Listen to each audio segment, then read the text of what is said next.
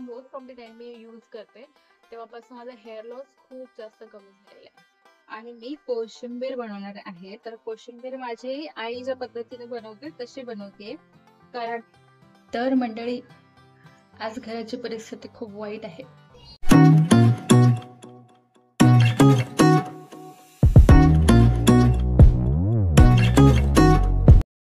सकाळी उठल्यानंतर मी सगळ्यात आधी एक कुठला तरी ज्यूस पिते. सध्या आवळा अवेलेबल आहे आणि सगळीकडे आवळा पिला जातो, म्हणून मी आवळ्याचा ज्यूस बनवते आहे. तर हे मी उकळून ठेवलेत सगळे. त्यातला एक आवळा मी घेते, त्याला पुदिना ऍड करते, थोडंसं काळं मीठ ऍड करते आणि त्याला ग्राइंड करून घेते आणि हा ज्यूस मी सगळ्यात आधी पिते. त्याच्यानंतर मग मी फ्रेश वगैरे होते आणि नंतर चहा वगैरे घेते. तर मंडळी, आज घराची परिस्थिती खूप वाईट आहे. कारण कालचा पूर्ण शनिवार आपण खूपच निवांतपणे घालवलेला आहे. त्याच्यामुळे आज जर का घरातली कामं केली नाहीत तर उद्या आहे ऑफिस, सकाळी आहे अनुचा डबा. जर का आजचाही दिवस आपण निवांत घालवला तर आपल्या युट्यूबच्या थंबनेलला तर मस्त जाईलय #निवांत संडे अँड ऑल. पण उद्या सकाळी जी काही वाट लागेल ना, त्यामुळे आता कामाला लागूया. केसांना जरा बांधूनच ठेवूया. So let's go.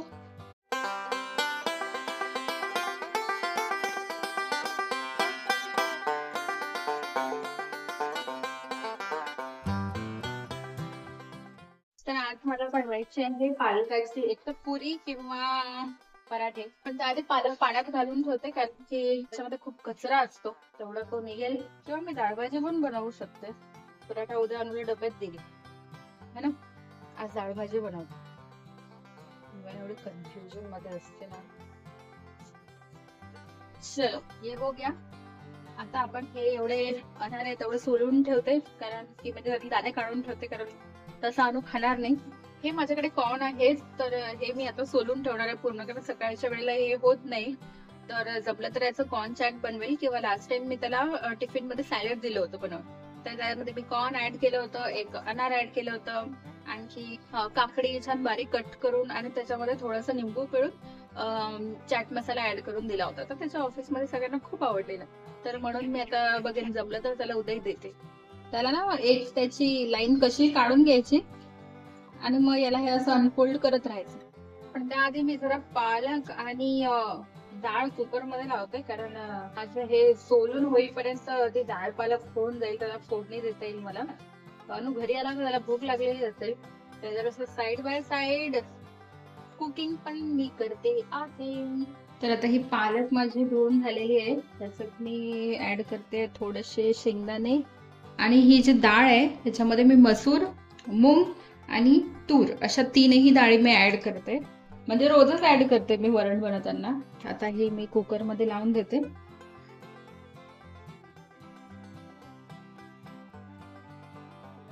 तर आता माझ्या चपात्या बनवून झाल्या, आता भाजी फोडणी देते. डाळ आणि पालक मी एकत्र करून घेतलेली आहे. आता ऍड करते मोहरी, हिंग, त्याच्यामध्ये कांदा आणि हे लांब लांब चिरलेले थोडेसे मिरची, टमाटर ऍड करून छानपैकी भाजी ढवळून घेतली. त्याच्यानंतर मी ऍड केलेला आहे कढीपत्ता आणि लसूण जिऱ्याची पेस्ट, धने पावडर, तिखट आणि मीठ. हे आहे एव्हरेस्ट सांबार मसाला, तो पण थोडाफार ऍड करते आहे. मसाला छान भाजून झाला की त्याच्यामध्ये मी आता ही पूर्ण जे आपलं वरण आहे ते ऍड केलं. आणि ही माझ्या ताईने मला इमलीची चटणी बनवून दिलेली आहे, होममेड आहे. तर हे मी कुठल्या पण भाजीमध्ये ऍड करते, सांबार टाईप जे काही असेल त्याच्यामध्ये. आणि ही आहे कसुरी मेथी, थोडीशी ऍड करते आहे बारीक करून, मला आवडतं, भाजीला टेस्ट सुद्धा छान येते. तर आता माझी भाजी, भात आणि चपाती बनवून झालेली आहे आणि मी कोशिंबीर बनवणार आहे. तर कोशिंबीर माझी आई ज्या पद्धतीने बनवते तशी बनवते. कारण ह्याच्यामध्ये मी ऍड केलेलं आहे काकडी, त्यानंतर गाजर, कांदा, टमाटर, जे काही अवेलेबल असेल ते सगळं तुम्ही ऍड करू शकता. आता मी यात ऍड करते थोडं दही,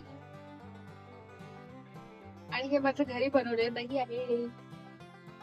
तर मी ऍड करती है थोड़ा चाट मसाला. चलो अभी इसमें तड़का ऐड करते हैं. नाउ आई एम ऍडिंग थोडंसं तेल, त्याच्यामध्ये मी घालते मिरची, जिरं आणि कढीपत्ता. नाउ स्टर a little bit तुम्हाला दही आवडत असेल तर तुम्ही आणखी घालू शकता। इसमें ऐड करते हैं ये तड़का and we are done. Add some coriander and now we are ready.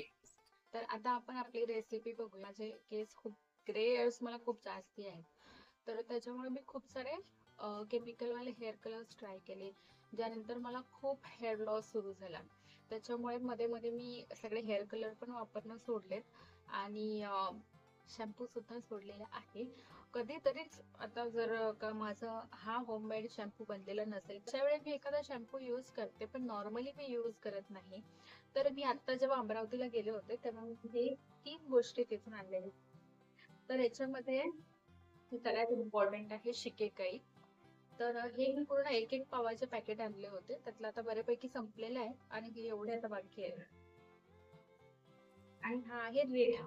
तर मेनली जे काही शिकेकाई पावडर आपण बनवतो त्याला जो मेन फेस येतो, फोम येतं, ते याच्यामुळे येतं, रिठामुळे येतं। त्याच्यामुळे याचं प्रमाण जितकं जास्त तुमच्या शॅम्पू मध्ये असेल तितकं जास्त झाग, पेस्ट किंवा फोम तुमच्या शॅम्पूचा रेडी होईल। आणि एक आहे याच्यामध्ये आवळा। एक पूर्ण होलसेल शॉप होतं तिथे अमरावतीमध्ये जवाहर रोडला, त्या दुकानातून मी हे 3ही प्रोडक्ट घेतलेले आहेत।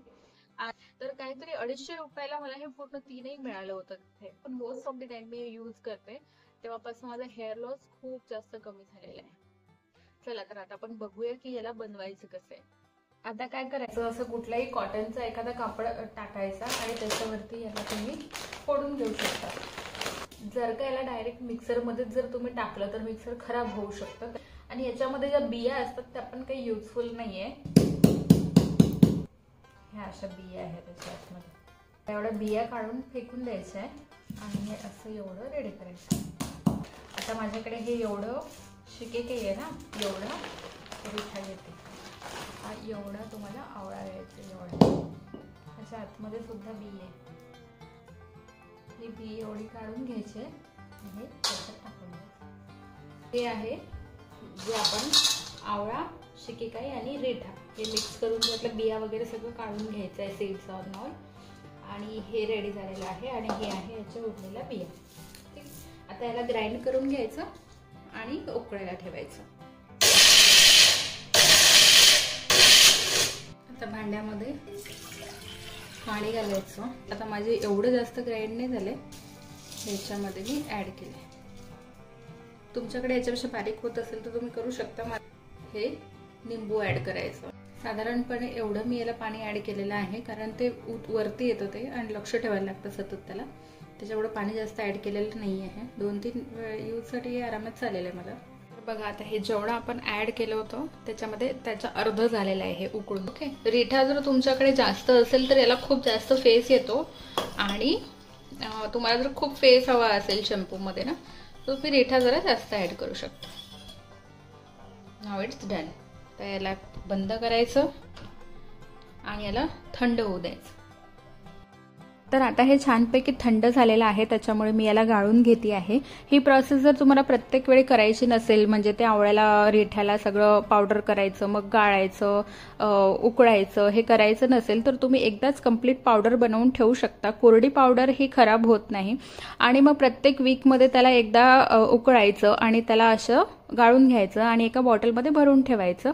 असं तुम्ही वीकली करू शकता। तर आजचा व्लॉग तुम्हाला कसा वाटला मला कमेंटमध्ये नक्की सांगा। भेटूया नेक्स्ट व्लॉगमध्ये, तेव्हापर्यंत बाय बाय।